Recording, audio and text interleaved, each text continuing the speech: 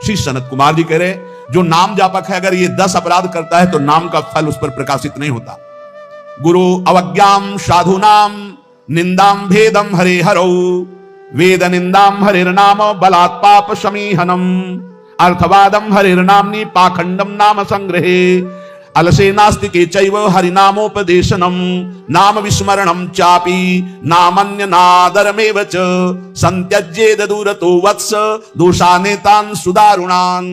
हे वत्स, इन 10 अपराधों से बच गए तो नाम तुम्हें भगवत प्राप्ति करा देगा। अगर ये 10 अपराध है तो ये दारुण अपराध नाम का प्रकाश नहीं होने देते।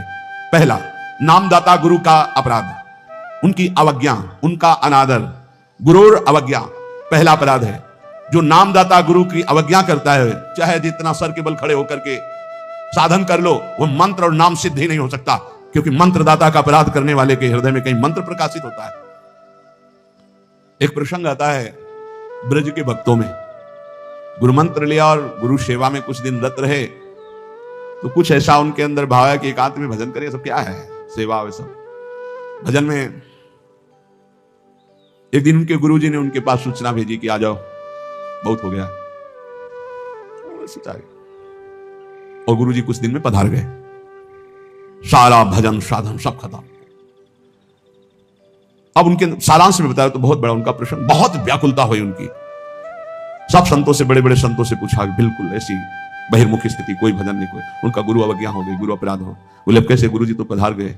बोले बिना गुरु कृपा के अब कुछ नहीं होने वाला। आसन लगाओ गुरुदेव का, आवाहन करो, भूख प्यास सहते हुए खूब रो चिल्लाओ, जब गुरुजी इस पे प्रकट हो जाए आसन पर, वो संभाल ले तो संभाल ले, जीवन व्यर्थ चला गया।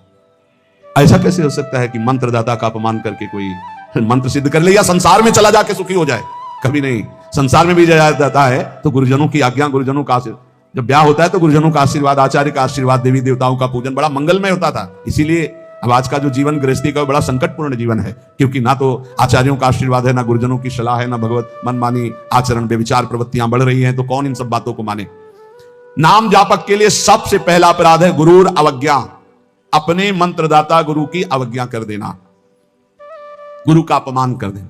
कोई गुरु को ऐसे थप्पड़ थोड़ी मारता है, कोई गुरु को ऐसे थोड़ी। गुरु अवज्ञा का मतलब उनकी रुचि के प्रतिकूल चल देना, अपनी रुचि रखना। अच्छा, गुरु अनंत माताओं जैसा वात्सल्य रखते हैं, वो चुपचाप सहन करते हैं। उनका सहन करना तुम्हारे लिए बहुत हानिकारक है। वो सहन ना करें, कृपा करके हमें दंड दे दे, ये हमारे लिए मंगल विधान है। हमसे कोई गलती हो जाए तो गुरु सहन ना करें, श्री जी ऐसी कृपा करें कि हमको कटुवचन बोले, हमें दंड विधान कर दे, हमारे ऊपर शासन लागू कर दे, ये करुणा होगी। और अगर वो मौन रहकर चुपचाप सह रहे हैं तो हमारा सर्वनाश है।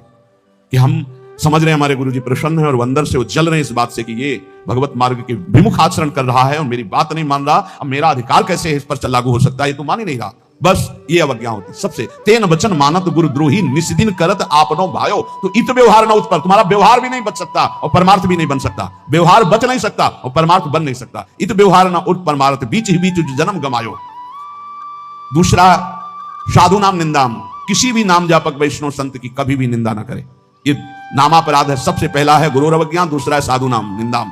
और भेदम हरे हरो, भगवान शंकर और हरि में भेद न करे।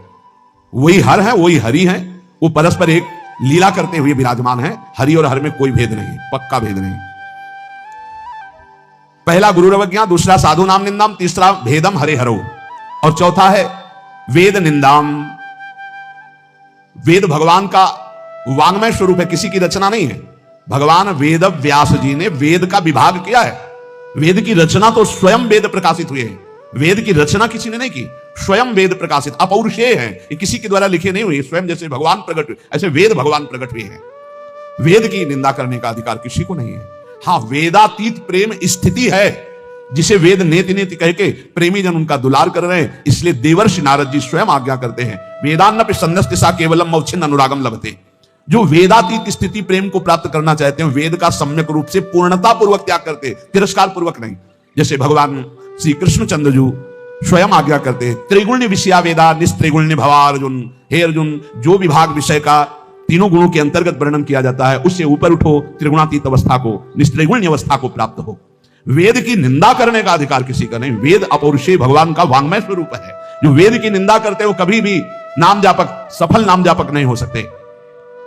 हरिर नाम बलात् पाप शमीहनम, जिन्होंने महिमा सुनी कि भगवान के नाम जब से पाप नष्ट हो जाता है, नाम संकीर्तनम यस्य सर्व पाप प्रणाशनम, अब वो बलपूर्वक उत्साह पूर्वक पाप करते हैं और सोचते हैं नाम कीर्तन कर लेंगे तो पाप नष्ट हो जाएंगे, उनको नरक मिलेगा क्योंकि नामापराध कर रहे हो। भगवान नाम के बल पर पाप करना, वो नाम कीर्तन कर लेंगे ना सब पाप नष्ट हो जाएंगे। फिर कह रहे अर्थवादम हरिर्नामनि, भगवान के नाम की महिमा को सुनकर के कि अरे ये तो सब फल स्तुति केवल वर्णन है, ऐसा नाम का फल नहीं है, ये नामापराध है।